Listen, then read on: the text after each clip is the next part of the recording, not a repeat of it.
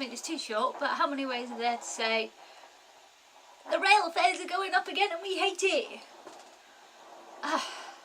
Okay, apparently the rail fares in January the 2nd, are going up by 3.4%. Yeah, okay, so the railway needs a mass investment of capital, fine, but where's the money from the last time the train fares went up, and the time before that when the train fares went up, and the time before that? What have you done with all that money? Yeah, apparently that's the highest train fare hike in like 5 years. Oh dear, oh dear, oh dear. And some of the train fares are ridiculous anyway. I mean, I travel backwards and forwards to London quite a bit. Yay, because London's awesome. And most of the stuff I have to do is in London, you know, journalism and volunteering for Cry, all those things I have to do in London, see my friend, they're all in London, you know, so I have to go to London quite a bit. I won't go anytime more this year, I don't think. If I would, it'd be a surprise. But my point is, during the year I have to go to London quite a bit. London Marathon, the Heart of London, the Westminster Mile. I have to go to London quite a bit, and it's costing us an absolute bloody fortune. Even when we sort of do an advance ticket, because you can do tickets like a month in advance or something, it's still absolutely ridiculous. I mean, we have enough trouble struggling to pay the train fares as it is without having to have them shoved up, you know. The train fares might go up, the cost of living goes up, our wages don't, you know, so we're paying more and we're getting less of a service. Which is, I mean, I can't think of one thing where the railways have improved in the last few years. In fact, every time I watch Twitter, I've got some person, more often than not Alistair and Chris, who are saying, Southern Rail are terrible, Southern Rail are doing this, Southern Rail are doing that, Southern Rail are useless, the train from Alton has not turned up, and all this sort of thing. Because, I agree, Southern Rail are useless. Southern Rail don't even have toilets on their trains. I know, which is a big problem for me once when I went to the Ride London, because I was not well. And I got to Kingston and I was completely screwed. So, thank you, Southern Railways, for that.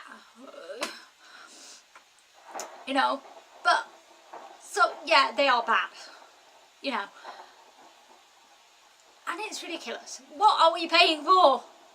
What are these increased railways? What exactly are we paying for? Anybody?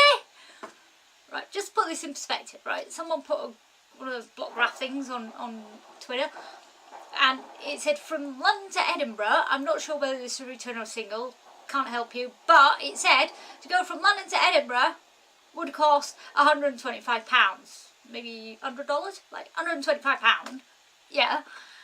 You can go at the bottom for the same distance in Poland from Warsaw to a place the same distance away, £11, 11 quid, like $10. What? Why on earth are we paying so much money to travel? It's just insane. You know, and to give you some idea of why they're overcharging us, there are delays all the time, you know, nearly all the time on Twitter, right?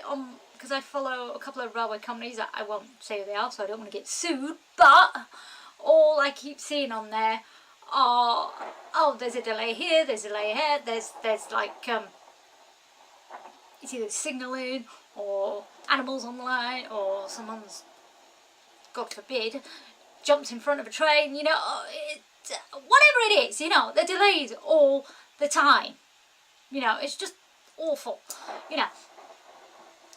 And then I actually went to my local railway station, which is just up the road here.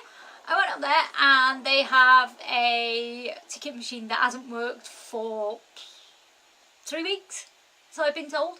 I haven't been at the station for a while, but I went up there the other day to go shopping, and they said this ticket machine hadn't worked for like 3 weeks. And it's using XP. Hello? Who uses XP anymore? Not even businesses use XP unless they're stupid. No comment. Right.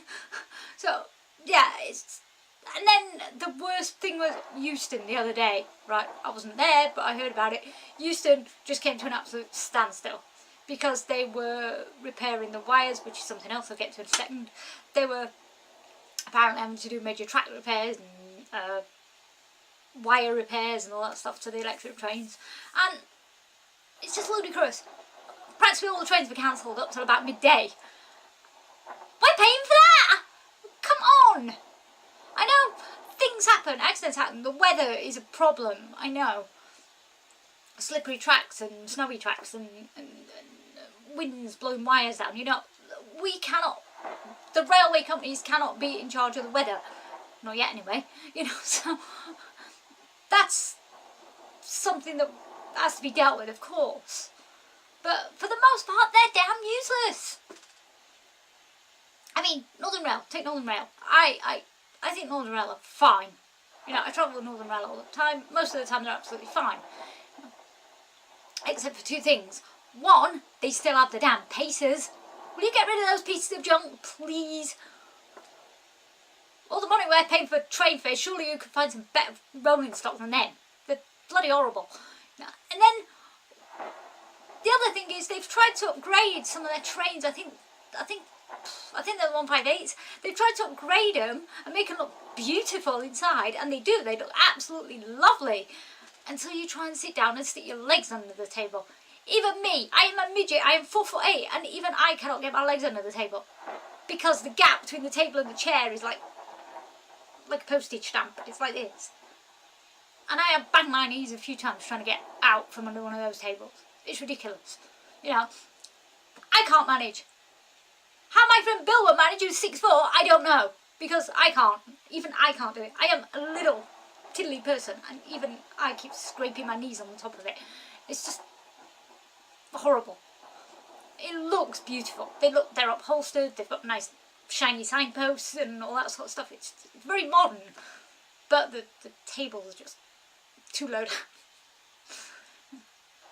You're supposed to give people more leg room, not less. You know, if you're going to upgrade it so it's more comfortable, not less comfortable. Yeah, and then we went on. Can't remember whether it was. I think it was Virgin East Coast. We went to London for the day, just for the sheer hell of going to London for the day. I think we went to a park run or something, and we went in first class, but it was a weekend, and they're saying, oh, that's like on the weekday you get all the cool stuff, because all the business people are travelling on a weekday, you get all the cool menu and nice cups of tea and pop and all these kind of things.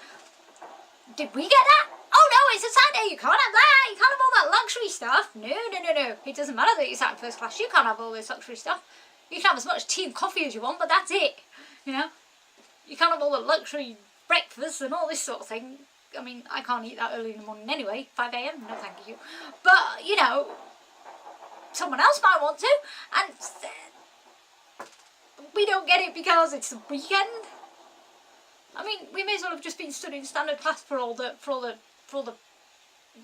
stuff we got, you know, for all the privileges we got. Yeah. How silly. It was ridiculous. Yeah. So, yeah. The train fares have gone up, and what exactly are we paying for? I don't see anything. I just don't see where all this money's gone, or has been going. Oh, by the way, to the guy who used to be in charge of dealing with all this stuff, I can't remember your name, I'm sorry, but just is what I do to make the railways better. If I was in charge of running the railways, and I was in Parliament and I was in charge of running the railways, is what I do. First of all, I would scrap electrification altogether. Now, before you say anything, I know I'm going to get all these people saying, no, that fossil fuels are bad, and blah, blah, blah. Yeah, maybe. But you haven't stood in Birmingham for an hour and a half, right, because the train that's in front of you, which is electric, is broken down because there's a power cut. Yeah. What do we keep having? We have people keep stealing the cable. Damn stupid people. Yeah. So the cable keeps going missing. We have the weather keeps knocking them down. They keep getting faults, they keep getting power cuts. All that tells me that electrification is the most stupid idea on God's earth. It really is daft, to be honest. And I mean, I'm not saying we can't have electrified trains, but why can't we just have a track down the front, as you know, down the middle, like they do on the tube? Same idea. You know, you get your electric trains, you just don't have to lose the cables. Like, get them stolen or get them blown down, you know, because you haven't got any. My husband did point out then that they might start trying to steal the rails.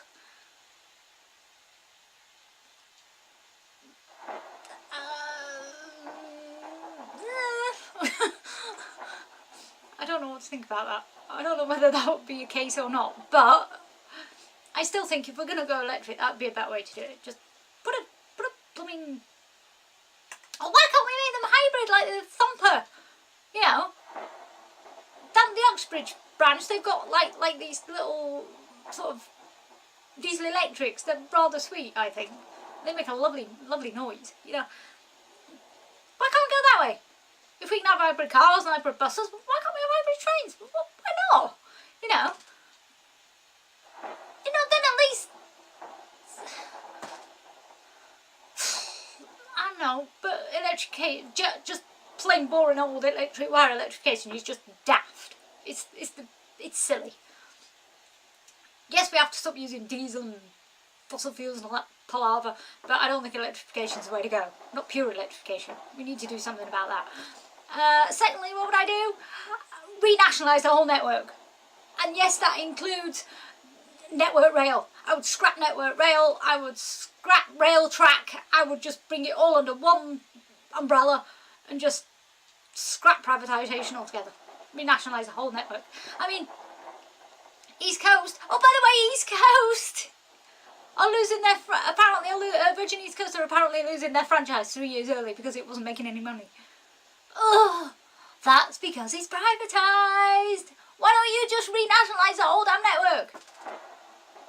I mean, what's happened to East Coast? The East Coast main line has been, let me think, it was privatised, then it was nationalised, then it was till 1990, whenever we re-privatised the railways again, then it was privatised, and then there's GNER who took it over, and then there was East Coast who took it over, and then Virgin East Coast took it over, and it's been privatised and renationalised and privatised and renationalised.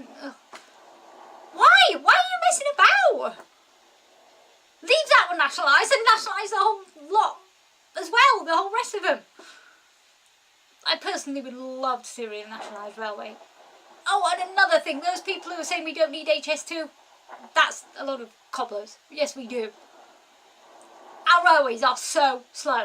We invented the railways, and yet now they're the worst in Europe, if not the world. Yeah. Have you seen the trains in Japan and China? I've been on the trains in Japan, they're awesome.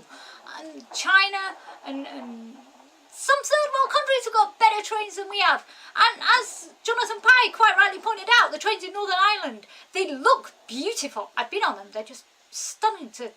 They're comfortable and they're beautiful. But they're slow as hell. It takes 3 hours to get from Belfast to Derry. That's insane. So not only do we need to fix our railways, but Northern Ireland needs their railway infrastructure fixing as well. It's awful. It's absolutely awful. Oh God, I miss Belfast. We need to fix that as well. So yeah, the whole thing needs renationalising, all of it.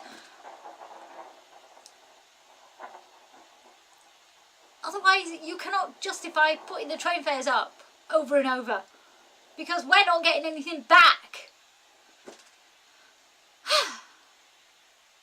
Oh, can we have the Class 37s back, please?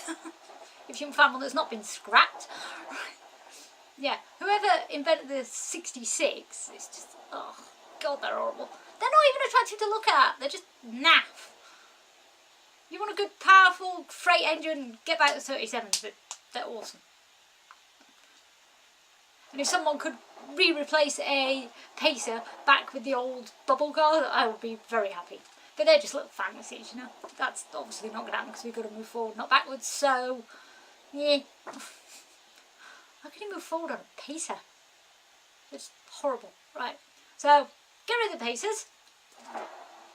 de-electrify the whole network and renationalise the whole network.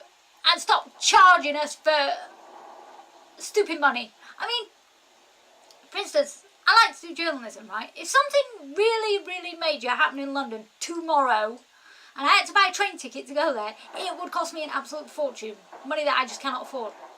I can't do it. So I am missing out on some amazing, some pretty important journalism stories because I just cannot get there. Hello? Railway companies, you're scoopering my career. Stop! Such as it is. You know, please stop doing this. You know, stop charging us over the odds. Some of us need to commute backwards and forwards to London. You know, some of us can't afford to live there. But we can't afford to commute there either. So just stop, please. And as for that thing in Euston the other day, that was ludicrous. I'm sorry, that was just ridiculous. There you go, rant over. It's for voting for Jeremy Corbyn next election. Yeah, me too. Bye-bye. Oh, and Jay, I agree with you. Yeah, Tom's Tank Engine is a great theme song. Bye-bye.